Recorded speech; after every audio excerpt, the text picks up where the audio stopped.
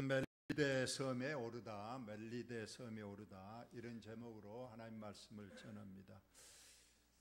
우리가 거의 2년 가까이 1년 10개월 정도에 걸쳐서 사도행전을 쭉 공부해 왔는데 거의 마지막이 온 것 같습니다. 아마 다음 주면 사도행전이 끝날 것 같습니다.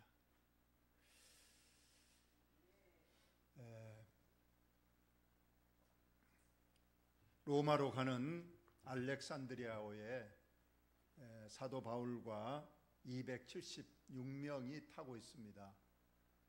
그 배가 인간의 욕심에 의해서 가지 말아야 됐는데 기어코 욕심을 내고 가다가 결국은 지중해 한복판에서 유라굴로 큰 태풍을 만났습니다. 14일간 불어닥친, 참으로 어디가 어딘지 분간할 수 없고 하늘이 보이지 않고 오직 파도, 바람의 속에 갇혀 있었습니다. 그러나 다행히 하나님께서 사도 바울에게 너희의 생명에는 지장이 없고 너는 반드시 살아서 로마에 가서 하나님의 복음을 전파리라는 말씀을 주셨기 때문에 사도 바울은 배에 있는 모든 사람을 안심시키고 드디어 14일 후에 한 섬에 이제 상륙을 하게 됩니다. 아까 저기 미양이란 곳 거기에서 출항해서 14일간의 태풍이 불어닥쳤습니다. 그런데 어디로 오로지 그때는 이제 인간의 의지로 움직인 게 아닙니다. 오로지 태풍에 휘말려서 배에 있는 모든 중요한 물건들 다 내버리고 이제 죽느냐 사느냐 문제로만 있었는데 이제 태풍이 그치고 한 섬에 가게 됐는데 거기가 어딘가, 이 미양에서 이 멜리데 섬까지는 약 760km, 우리가 서울을 왕복하고도 남을 수 있는 그 거리입니다. 그런데 하나님의 섭리였던지 이 배가 전혀 엉뚱한 곳으로 밀려가지 않고 정확하게 로마로 가는, 로마 입구에 있는 이 섬까지 하나님께서 인도를 하신 겁니다. 여러분, 노아 방주 때, 노아 홍수 때 그 방주에는 일반 배하고 다른 게 하나 있었어요. 다른 배들은 반드시 키가 있어야 돼요. 키가 있어야 방향을 움직여서 하는데 이 방주는 키가 없었다는 거예요. 그러니까 오로지 누구에게만 맡깁니까? 하나님께만 맡겨요. 그러니까 하나님께서 방주는 책임지고 운행하시고 인도를 하신 것처럼 이 배가 풍랑 속에서 정확하게 14일 후에 어쩌면은 순풍으로 가는 정도로 이 멜리데 섬까지 오게 된 겁니다. 그래서 우리 찬송가도 그런 찬송이 있죠. 이 풍랑 인연하여 더 빨리 갑니다. 풍랑으로 인해서 더 빨리 목적지로 갈 수 있었다는 그런 것처럼 이제 멜리데 섬까지 가게 됐습니다. 비록 배는 깨졌습니다.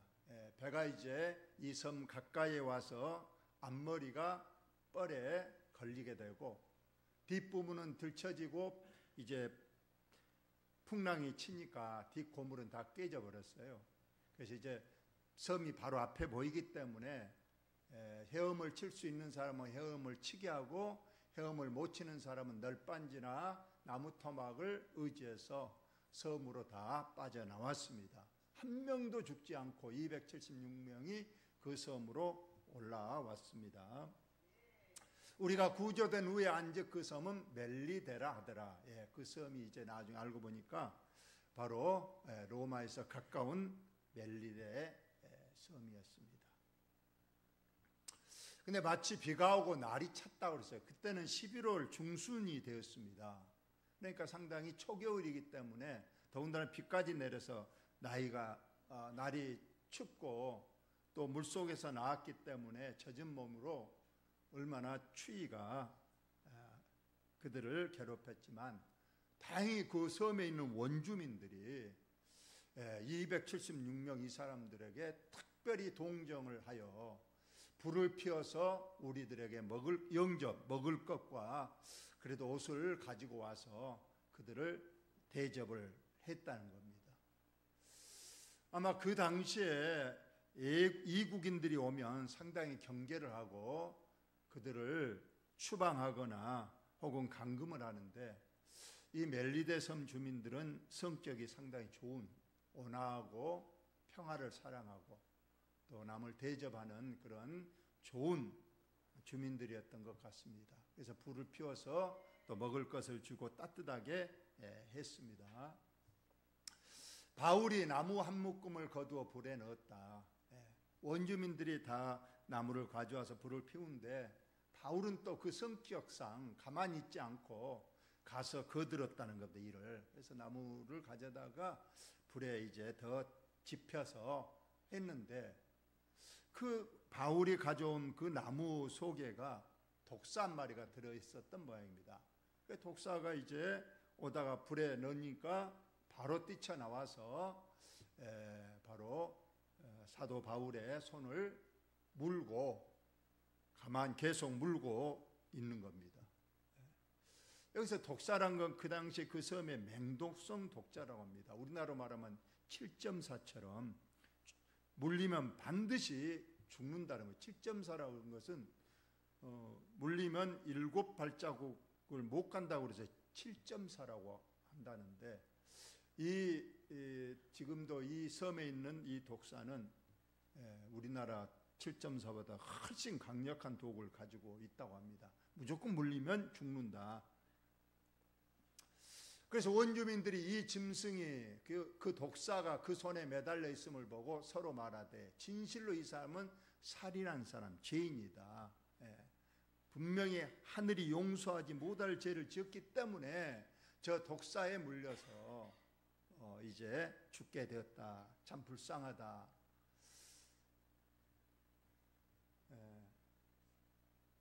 그가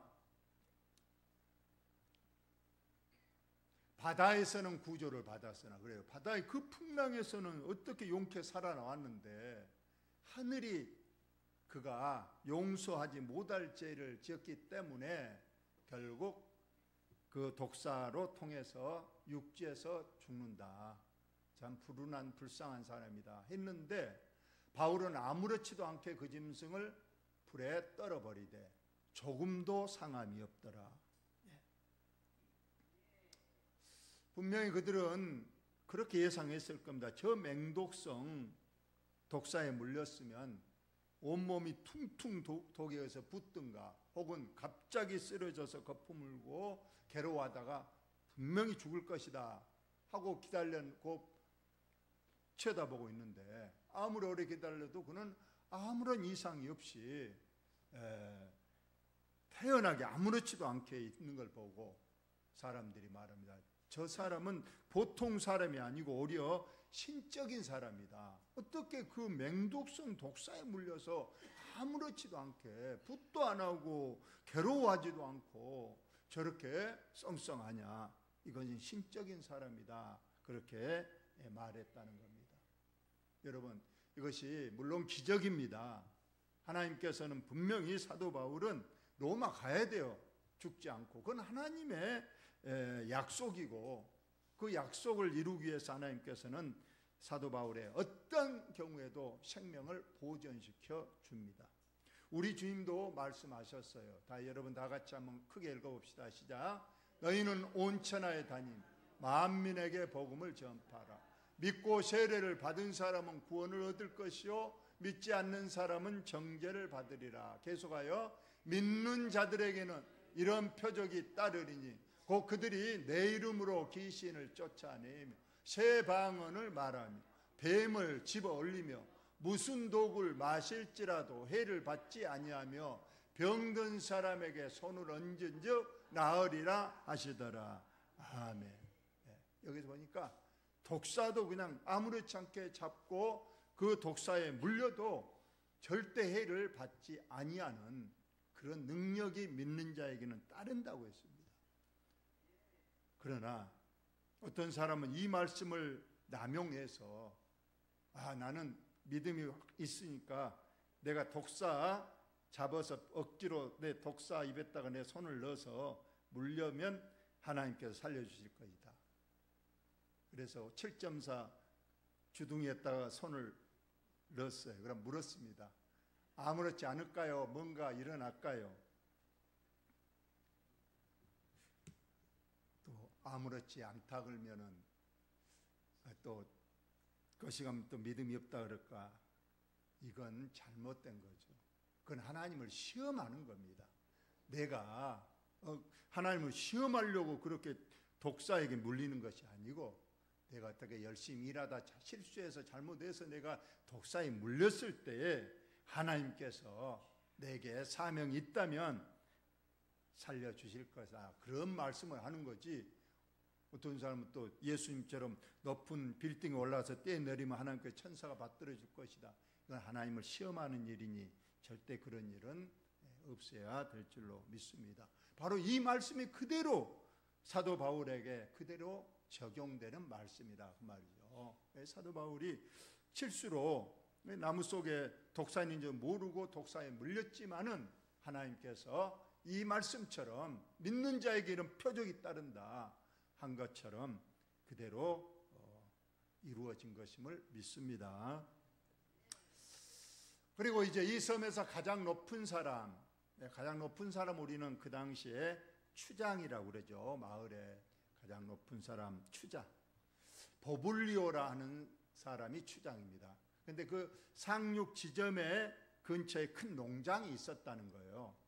그래서 그가 우리를 영접하여 사흘이나 친절히 머물게 하더니, 여러분 276명을 3일간 먹이고 재우고, 이거 보통 일이 아닙니다. 상당히 물질이 들어가는 일입니다. 그런데도 사흘이나 친절하게 숙식을 제공을 했다는 겁니다. 아까 주민들도 친절했지만 이 추장도 전혀 어떤 권위의식 없이 참 어려운 사람들을 돕는 이런 사람.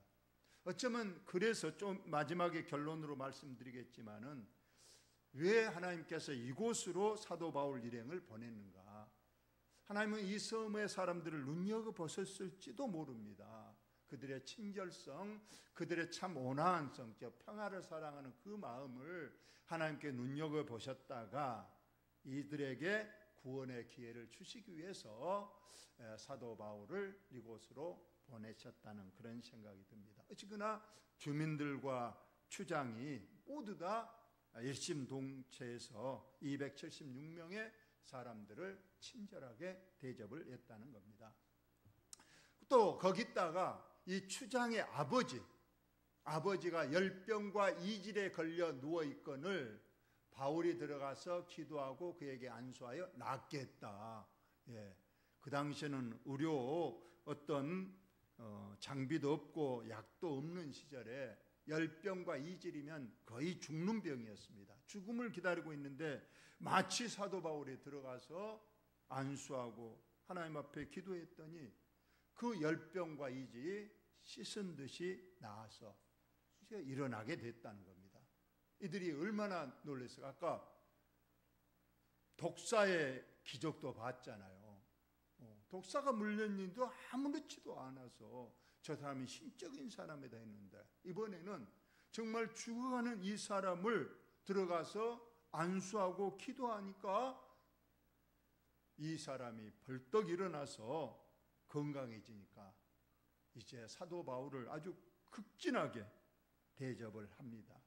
이때부터 사도 바울은 이제 바빠지기 시작했어요. 여기에서 이 섬에서 석 달간 머물렀습니다. 11월부터 다음에 2월까지는 항해가 할 수 없기 때문에 이 섬에서 이제 석 달을 머무르는데, 그 석 달간 다른 사람들이야 참 무료할 거예요. 그런데 사도 바울은 이때부터 이제 선교, 전도가 시작되는 겁니다. 그래서 이거 소문 나니까 섬 사람 가운데 다른 병든 사람들이 다 와서 나도 고쳐주시오, 나도 고쳐주시오 해서 다 고침을 받았습니다. 또 여기는 없지만 우리는 사도 바울은 가는 곳마다 병만 고친 것이 아니라 복음을 전했습니다. 예수 그리스도만이 진정한 우리의 구원자 되시고, 내가 이 병을 고친 것이 아니고 나를 통해서 역사하시는 하나님 예수 그리스도가 여러분의 병을 고치셨으니 여러분은 그분을 믿어야 됩니다 하고 바로 치유와 함께 복음 전도를 했다는 겁니다. 석 달 동안 열심히. 그러자 이제 석 달이 지나서 이제 봄이 와서 이제 바다도 잔잔해지고 이제 배가 출항할 수 있게 됐다는 겁니다. 그랬더니 그 온 마을 사람들이 얼마나 그동안에 대접도 했지만은 추장의 아버지가 나섰죠. 거기 병든 사람이 많이 나섰고 또 정말로 천하보다 귀한 생명을 구원할 복음을 들었으니 그들은 사도 바울이 떠날 때 너무나도 고마워서 배에 많은 것을 실어주면서 아쉬운 작별을 했다. 이것이 오늘 본문의 말씀입니다. 여러분 오늘 이 말씀을 통해서 제가 두 가지만 말씀합니다. 하나님께서 왜 풍랑을 주셨는가?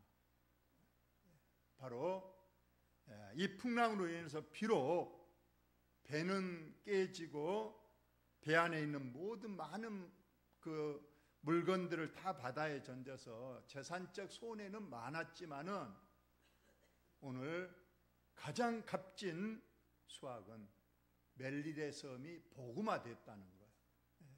어쩌면 하나님께서 이 섬의 주민을 구원하시기 위해서 비록 풍랑이라는 이런 도구를 사용해서 사도 바울을 이 섬으로 인도하고 이곳에서 복음을 전해서 이들이 다 구원을 받았다. 여러분 비록 물질적 손해는 있었지만은 이로 인해서 멜리데 섬의 모든 주민이 축복받은 섬이 됐음을 봅니다. 마가복음에도 그런 말씀이 나옵니다. 거리사 광인에게 아주 군대 귀신이 들렸어요. 군대 귀신은 많은 귀신이 들렸다는 거예요. 그래서 하나님 예수님께서 그곳에 가셔서 귀신아 나오라 그러니까 귀신들이 말합니다.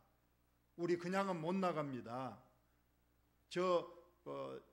그 옆에 돼지떼가 있었는데 우리가 저 돼지떼에게라도 들어가게 해주십시오 하니까 예수님께서 하라 그랬습니다. 그래 돼지떼로 들어가라 했더니 그 사람 한 사람에게서 나온 더러운 귀신 군대 귀신들이 나와서 돼지떼에게로 들어갔습니다. 근데 이때 거의 2,000마리 되는 돼지떼가 바다를 향하여 이제 군대 귀신이 들어가니까 이 돼지들이 이제 혼비백산해서 그냥 비탈길로 내리 달리더니 바다로 뛰어들어서 다 죽어버렸다. 2,000마리. 여러분 여기에서 보면 한 그 광인 미친 사람을 온전하게 하기 위해서 예수님께서는 여기 2,000마리의 돼지를 희생하는 경우도 있었다는 걸 보여주고 있어요. 2,000마리, 여러분 돈이 얼마입니까? 지금도 상당히 비싼데 2,000마리의 돼지가 바다에 죽었는데 천하보다 귀한 생명을 위해서는 때로는 물질적 희생도 감수하는 거예요. 그러니까 아까 풍랑으로 인해서 배가 깨지고 그 안에 있는 많은 물질의 손해가 있었지만은 그것보다도 이 멜리데 섬의 주민들의 구원이 더 중요하기 때문에 하나님께서는 또는 그런 방법을 쓰셨다는 말씀입니다. 또 예수님께서는 어느 날 사마리아 수가성으로 가셨어요. 원래 사마리아는 절대 유대인들은 가지 않는 곳입니다. 그런데 예수님은 기어코 사마리아로 가십니다. 그곳에서도 수가성이라는 마을로 가게 됩니다. 근데 그 시간도 정오입니다. 한낮 떼약빛이 내리쬐는데 그 정오에는 어느 누구도 그 우물에 가지 않는 그 우물을 향해서 예수님께서 뜨거운 그 햇빛 아래 피지땀을 흘리면서 가는 거예요. 제자들이 의아하게 생각했어요. 그런데 예수님께서는 그 수가성에 가서 한 우물에 가셔서 수가성 여인을 만납니다. 그 여인은 아주 부도덕한 여인이었어요. 그리고 그 여인에게 복음을 전하잖아요. 우리가 잘 아는 예배는 신령과 진리로 해야 된다는 그 귀한 말씀을 주시는 곳이 바로 이 수가성 여인입니다. 하나님께서는 절대로 1.1획도 실수가 없고 잘못이 없고 착오가 없습니다. 하나님께서 실수로 사마리아를 가신 것이 아니고 하나님은, 예수님은 다 하시고 계셨어요. 그래서 그 수가성 그 여인, 그를 통해서 수가성 온 마을을 복음화시키기 위해서 한낮에 아무도 찾지 않는 그곳에 가셔서 복음을 전하시고 그 수가성 여인을 통해서 온 마을이 복음화되는 역사가 있었다고 했습니다. 한경직 목사님은 이런 간증을 했습니다.